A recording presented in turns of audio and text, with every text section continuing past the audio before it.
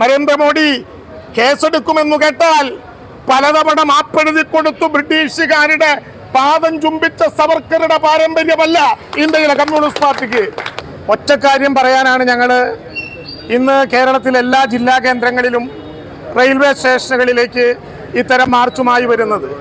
അത് നരേന്ദ്രമോദിയോടാണ്, അമിത്ഷായോടാണ്, കേന്ദ്രം ഭരിക്കുന്ന ബീരിക്കളുടെ സർക്കാരിനോടാണ്. ഞങ്ങൾ പോകുന്ന ട്രെയിൻ തടയൂ, ഞങ്ങൾ പോകുന്ന ട്രെയിനുകൾ ക്യാൻസൽ ചെയ്യൂ, ഞങ്ങളുടെ ഭക്ഷണം തരില്ലെന്ന് പ്രഖ്യാപിക്കൂ, ചെല്ലുന്നവരെ അറസ്റ്റ് ചെയ്യൂ, റെയിൽവേ സ്റ്റേഷനുകൾ അടയ്ക്കൂ. ഞങ്ങളെ പേടിച്ചു നിങ്ങൾ എന്തു ചെയ്താലും കമ്മ്യൂണിസ്റ്റ് പാർട്ടിയുടെ അവസാനത്തെ പ്രവർത്തകനും ജീവിച്ചിരിക്കുന്നിടത്തോളം കാലം 1-ാം തീയതി ഡൽഹിയുടെ അധികാര കേന്ദ്രത്തിൽ ലക്ഷക്കണക്കായ കമ്മ്യൂണിസ്റ്റുകാർ എത്തിച്ചേരും. അത് നിങ്ങൾക്കുള്ള അവസാനത്തെ താക്കീതാണ്. ഈ കേന്ദ്ര ഗവൺമെന്റ് ഇത്രയേറെ വലിയ ജനദ്രോഹ നയങ്ങൾ നടത്തുന്ന കേന്ദ്ര ഗവൺമെന്റിനെതിരായി കേരളത്തിലെ, ഇന്ത്യയിലെ ചെറുപ്പക്കാരും വിദ്യാർത്ഥികളും നടത്തിയ സമരം നാം കണ്ടു. CJP മാത്രമല്ല, AISF-ഉം SFI-യും ISA-യും ഉൾപ്പെടെ ഇടത് വിദ്യാർത്ഥി സംഘടനകളുടെ പിൻബലത്തോടെ ഇന്ത്യയിലെ ചെറുപ്പക്കാരും വിദ്യാർത്ഥികളും നടത്തിയ സമരം 33 ദിവസം പിന്നിട്ടപ്പോൾ നിങ്ങൾ എന്തൊക്കെ ചെയ്തു? അവിടെ ജാമർ വെച്ച് സാമൂഹ്യ മാധ്യമങ്ങളെ നിരോധിച്ചു, ഭക്ഷണം കൊടുക്കാതിരുന്നു, 10ഓളം മെട്രോ സ്റ്റേഷനുകൾ നിങ്ങൾ അടച്ചുപൂട്ടി, അവിടെ വന്നവരെ അതിക്രൂരമായി നിങ്ങൾ ആക്രമിച്ചു. ഒന്നും പോരാതെ ഏറ്റവും വലിയ വർഗീയ ലഹളയ്ക്കു മാത്രം ഉപയോഗപ്പെടുത്താൻ നിങ്ങളുടെ കയ്യിലുള്ള പെല്ലറ്റ് ബുള്ളറ്റുകൾ കൗമാരക്കാരുടെ ശിരസിലേക്കും ശരീരത്തിലേക്കും അടുപ്പിച്ച് അതിഭീകരമായ നരനായിട്ട് നിങ്ങൾ കേന്ദ്രത്തിൽ നടത്തി. എന്നിട്ട് എന്തുണ്ടായി? 32ാമത്തെ ദിവസം ആ സമരത്തിന്റെ മുമ്പിൽ മുട്ടുമടക്കിയ നരേന്ദ്രമോദിക്കും മാപ്പ് പറഞ്ഞ് തന്റെ മന്ത്രിസഭാംഗത്വം പിൻവലിക്കേണ്ടി വന്നു. ഇന്ത്യ രാജ്യത്ത് കമ്മ്യൂണിസ്റ്റ് പാർട്ടി ഒരു സമരം തീരുമാനിച്ചാൽ ഇത്ര പേടിക്കാനുണ്ടോ? ചില ആളുകൾ ഞങ്ങളൊക്കെ കൊടുത്ത ഫേസ്ബുക്ക് പോസ്റ്റിന്റെ താഴെ ചില സംഘപരിവാരക്കാർ എഴുതി വെക്കുന്നുണ്ട്, നിങ്ങൾക്ക് എത്ര MLA ഉണ്ട്, നിങ്ങൾക്ക് എത്ര MP ഉണ്ട്, നിങ്ങൾക്ക് എത്ര ജനപ്രതിനിധികളുണ്ട്. അവരോട് ഞങ്ങൾ പറയട്ടെ, അങ്ങനെ നിങ്ങളുടെ പണാധിപത്യത്തിനും മതാധിപത്യത്തിനും പിന്നിൽ പാർലമെന്റുകളിൽ പിന്നോട്ട് പോകേണ്ടി വന്നിട്ടുണ്ടെങ്കിൽ ഇരമ്പിയാർക്കുന്ന ഇന്ത്യൻ തൊഴിലാളി വർഗത്തിന്റെ സംഘബോധത്തിന്റെ ചെങ്കൊടി ഞങ്ങളുടെ കയ്യിലുള്ളത് കൊണ്ടാണ് അമിത്ഷാ ഇതിനെ പേടിക്കുന്നത്, നരേന്ദ്രമോദി ഇതിനെ പേടിക്കുന്നത്. കേരളത്തിൽ നിന്ന് ഞങ്ങൾക്ക് അനുവദിച്ച, പണം കൊടുത്തനുവദിച്ച ട്രെയിൻ, തമിഴ്നാട്ടിലേക്ക് അനുവദിച്ച 2 ട്രെയിനുകൾ, ആന്ധ്രയിൽ നിന്ന് അനുവദിച്ച ഒരു ട്രെയിൻ, തെലങ്കാനയിൽ നിന്ന് അനുവദിച്ച ഒരു ട്രെയിൻ പണം കൊടുത്ത് ബുക്ക് ചെയ്തതാണ് യാത്രാ സൗകര്യത്തിനു വേണ്ടി. എന്തിനാണ് നിങ്ങൾ ഈ ട്രെയിനുകൾ ക്യാൻസൽ ചെയ്തത്?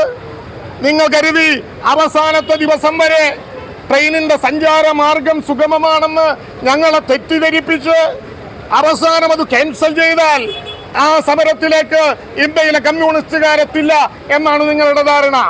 അമിത്ഷാ, നരേന്ദ്രമോദി നിങ്ങളുടെ കൂട്ടുകെട്ട് ജീവിക്കുന്നത് വിഡ്ഢികളുടെ സ്വർഗത്തിലാണ്.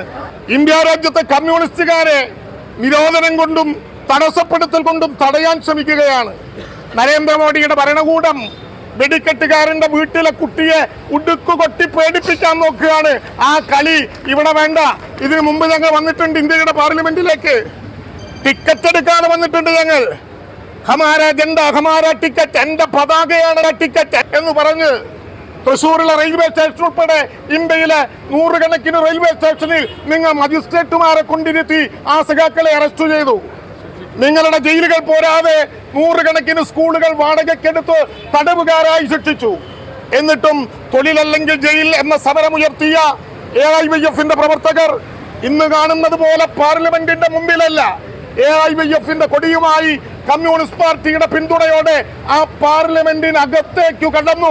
നിങ്ങളുടെ എല്ലാ നിരോധനങ്ങളെയും ലംഘിച്ച് ഇന്ത്യയുടെ ഔദ്യോഗിക പ്രക്ഷേപണ കേന്ദ്രമായ AIR ഉൾപ്പെടെ പിടിച്ചെടുത്ത സമരത്തിന് നേതൃത്വം നൽകിയ യുവജന പ്രസ്ഥാനത്തിന്റെ പേര് AIYF എന്നും വിദ്യാർത്ഥി പ്രസ്ഥാനത്തിന്റെ പേര് AISF എന്നും അതിനെ നയിച്ച രാഷ്ട്രീയ പ്രസ്ഥാനത്തിന്റെ പേര് കമ്മ്യൂണിസ്റ്റ് പാർട്ടിയാണെന്നുമുള്ള ചരിത്രം പഠിക്കുന്നത് നരേന്ദ്രമോദിയുടെ ഗവൺമെന്റിന് നന്നായിരിക്കും.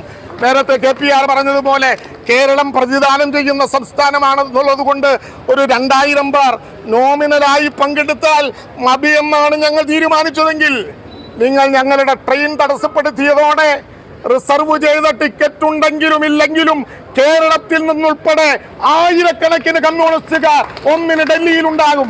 നിങ്ങൾക്കെണ്ണാം, എണ്ണി തിട്ടപ്പെടുത്താൻ പറ്റാത്ത ജനക്കൂട്ടമായിരിക്കും അവിടെ എത്തിച്ചേരുന്നത്.